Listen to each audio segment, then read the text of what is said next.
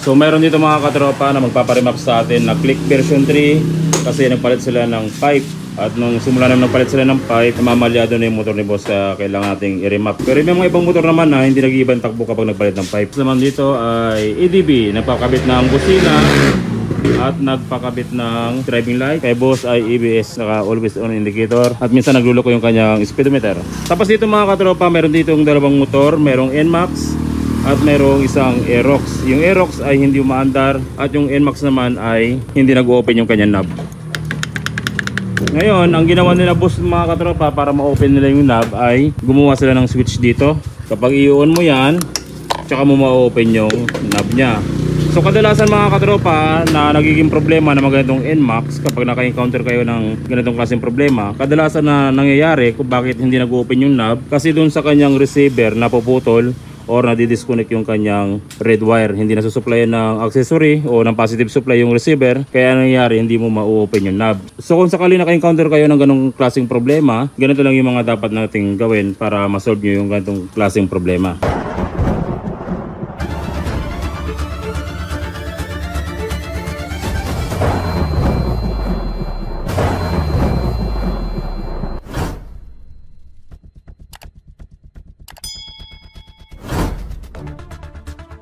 So ang gagawin natin dito para ma-solve natin yung ganung problema at hindi kayo magrekta doon sa positive ng ating receiver, tatanggalin natin itong gilid na ito, itong side. Kasi kadalasan dyan napuputol or mayroong sumasaya doon sa ground ng ating body ng motor. Tanggalin mo to. Tapos yung gilid na to, disassemble natin ha. Ito. Yan, tanggalin mo yan, check natin yung wiring nya. Tapos dito naman mga katropa, meron ditong Aerox na hindi rin umaandar kapag sinusi natin ay meron siyang check engine tsaka nag-error 12. So kadalasang problema nito mga katropa sa ganitong motor, kapag diniagnose natin ang diagnostic tools, ang lalabas dito ay CPK sensor o yung crank position sensor niya dito sa magneto. Pero hindi tayo basta-basta nagpapalit dyan kasi bukod doon sa CPK sensor, meron pa tayong i-check dito. Yung sakit ng stator niya dito, kung nasusunog, madalas common na problema, nasusunog lang. Kung walang sunog dito sa baba ng ating sakit ng stator, dito tayo mag-check sa taas, sa sakit naman ng computer box. Dalawa yung nasusunog dyan. Pero kung sakaling parehas walang sunog sa baba at walang sunog dun sa taas, ang gagawin natin, automatic magpapalit tayo ng CPK sensor. So kailangan natin tanggalin to. Daniel, tanggalin natin mamaya dito. I-check natin yung sakit ng ECU kung may sunog. Tapos i-check natin yung error 12 sakit nya kung may sunog ha. So heto na yung NMAX dito mga katropa. Hinubaran natin para makita natin yung buong wiring nya. Tapos heto naman yung switch na ginawa nila boss dito sa compartment. Yung switch pala mga katropa na ginawa nila, kung mapapansin nyo rito, papunta siya sa ground. So ibig sabihin, hindi pala naputol yung positive supply nya. So karaniwan sa mga receiver kasi mga katropa, ang nagkakaproblema rito yung kulay pula, yung mismong positive supply. Pero kay boss ay kulay black or ground yung kanyang problema or yung mismong trigger ng ating receiver. So ito yung trigger ng ating receiver, yung kulay blue. So para sigurado, gagamitan natin siya ng test light. Unahin muna natin yung kulay pulang wire dito sa ating receiver. Yung kulay pulang wire dito sa ating receiver, ito yung mismong positive supply ng ating receiver. So alamin natin kung may gumagapang dyan na positive supply. Tatanggalin natin yung receiver natin. Diyan tayo, alisin mo nga. Tapos gagamitan natin ng test light yung ating red wire. Since na positive supply itong ating red wire, ang gagawin natin, yung test light clip natin ilalagay natin sa negative supply ng ating battery or pwede rin kayo kumuha sa body ground. Tapos i-test light natin yung ating positive supply. So okay, umilaw yung ating test light. Ngayon i-test light natin itong red wire kung iilaw siya. Red wire, tapat ng butas niya ay ito.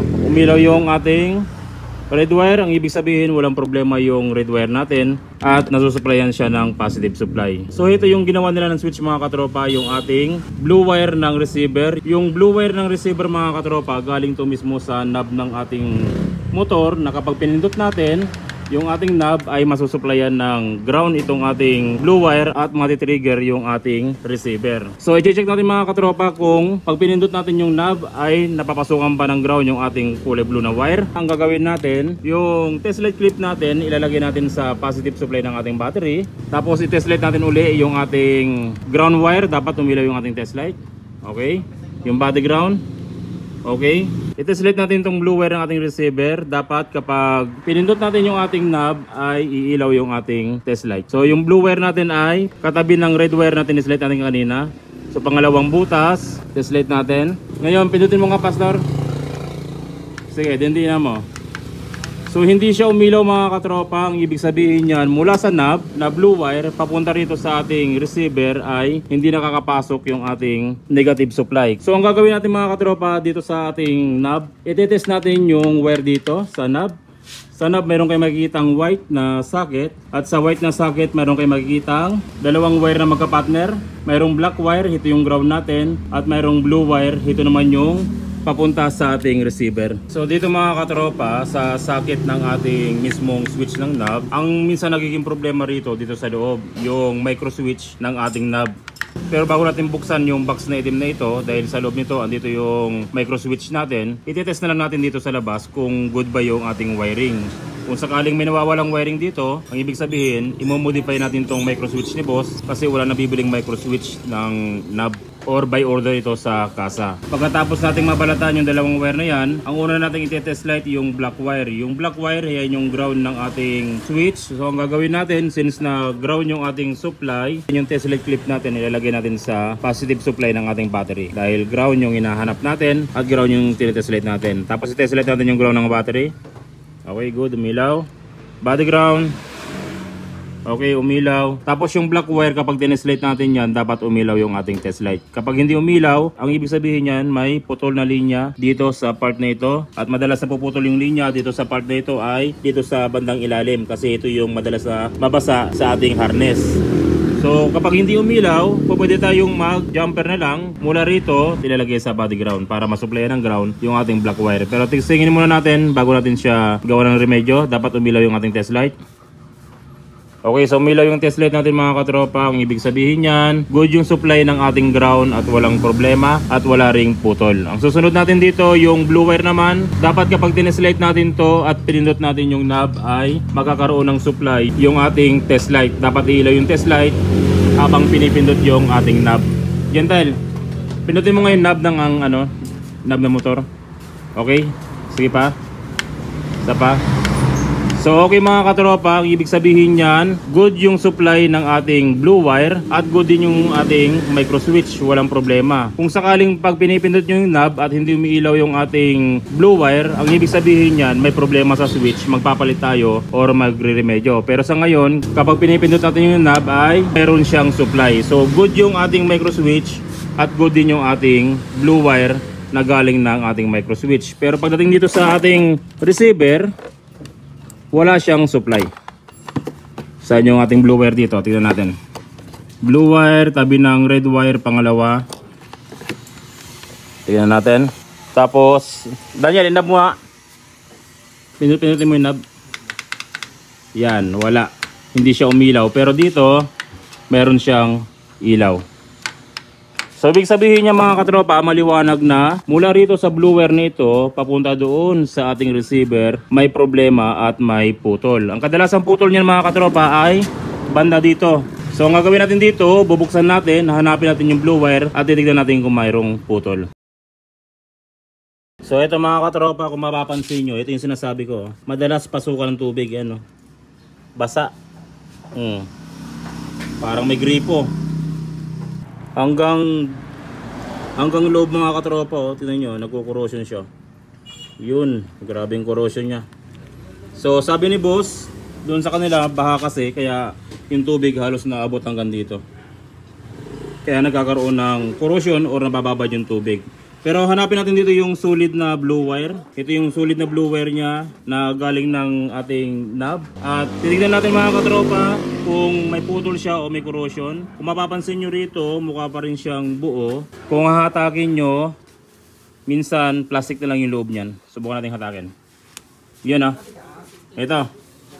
Ito yung putol niya. So mukha siyang buo, pero pag hinatak mo ay rubber na lang pala yung nakalagay sa kanya. So ang gagawin natin dito mga katropa, idudugtong natin yung wire na ito. Tapos subukan natin siyang inab. Dapat mula rito may ilaw. Hanggang dito sa kulay blue na ito ay mayroong ilaw para gumana na yung knob ni boss. At pwede na natin tanggalin yung kanyang nilagay na switch para safe na yung kanyang motor. So ito na yung blue wire mga katropa na naputol at nagkaroon ng corrosion. Naidugtong na natin pero mamaya natin itip yan. Ngayon subukan natin ulit kung mayroon na siyang supply na dumadaloy. So nakalagay pa rin sa positive yung clip natin dahil negative pa rin yung supply natin na test light natin. Subukan natin i-test light itong blue wire sa taas. Gentle, inab mo nga gentle. Okay, umilaw. Dito sa baba, yung naputol kanina. Sige, umilaw. At dito naman sa kanyang socket ng receiver. Hawak mo, gentle. Pangalawang butas uli, hawak. Susukin natin. Tapos knob. Isa pa. Yan. So ibig sabihin niya mga katropa, good na yung linya ng ating trigger ng receiver magmula sa knob papunta sa receiver ay wala nang problema. Ngayon, itong nilagay nila boss ay pwede na nating alisin to. Tanggalin na natin. Tanggalin natin yung wire dito sa ground, tapos yung wire natin up sa blue. Alisin na natin. Tapos yung wire na to, tanggalin na natin to.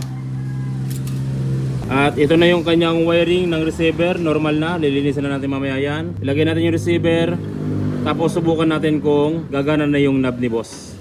So kung kanina, kailangan niya munang i-switch yung nilagay nilang switch para mag-open yung knob. Ngayon kahit wala na siyang switch, ay pwede natin siyang i-open. Subukan natin siyang pinutin. Yun o. Yun o. Normal na normal. Safe na safe.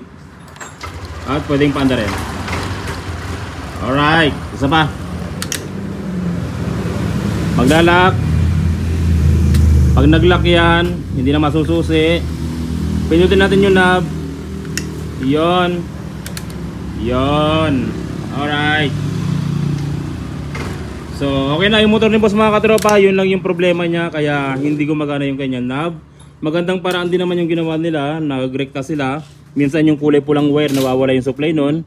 Pwede nyo itap dito, lagyan ng fuse, pero pansamantala lang yun. Hindi yung pangmatagalan kasi nagkakaroon ng problema sa dashboard. O kaya kung may problema naman yung trigger ng inyong knob sa blue wire, pwede kayo mag-tap dito sa ground gaya ng ginawa nila. Maglagay ng switch para pwede nyo magamit pansamantala ang inyong motor katulad nito. Pero ito, napaka-normal na. Siyempre, dapat i-troubleshoot pa rin kung ano yung problema para normal yung gamit ng ating motor. Boss, okay na. Okay na. So yun lang mga katropa kung paano mag-troubleshoot ng ganitong klaseng problema. Kung sakaling naka-encounter kayo ng ganitong klaseng problema sa inyong motor o sa motor ng inyong customer, ganun lang yung klaseng pag-troubleshoot na gagawin natin para ma-solve natin yung ganitong klaseng problema. Yung pala yung Aerox na yun, yung Aero 12 kanina, malinis yung socket niya sa socket sa stator, tapos sa socket sa ECU malinis din, kaya automatic magpapalit kami ng CPK sensor. Kung sakaling walang sunog sa taas at baba, automatic CPK sensor na yung problema nun. Katulad nito, ginagawa ni Gentle, CPK sensor din. Sa loob ng isang buwan, siguro nakaka 20 or ano kami, naka CPK sensor, 30. Sakit ng mga NMAX at Aerox. So yun ang mga katropa, maraming salamat sa walang sawang pagsuporta sa ating channel. Sana tuwing nanood kayo ng ating video, marami ka natutunan, nagagamit nyo sa inyong panganabuhay o sa inyong pag-DIY. Maraming salamat mga katropa, God bless, at syempre ingat palagi sa pag-wiring.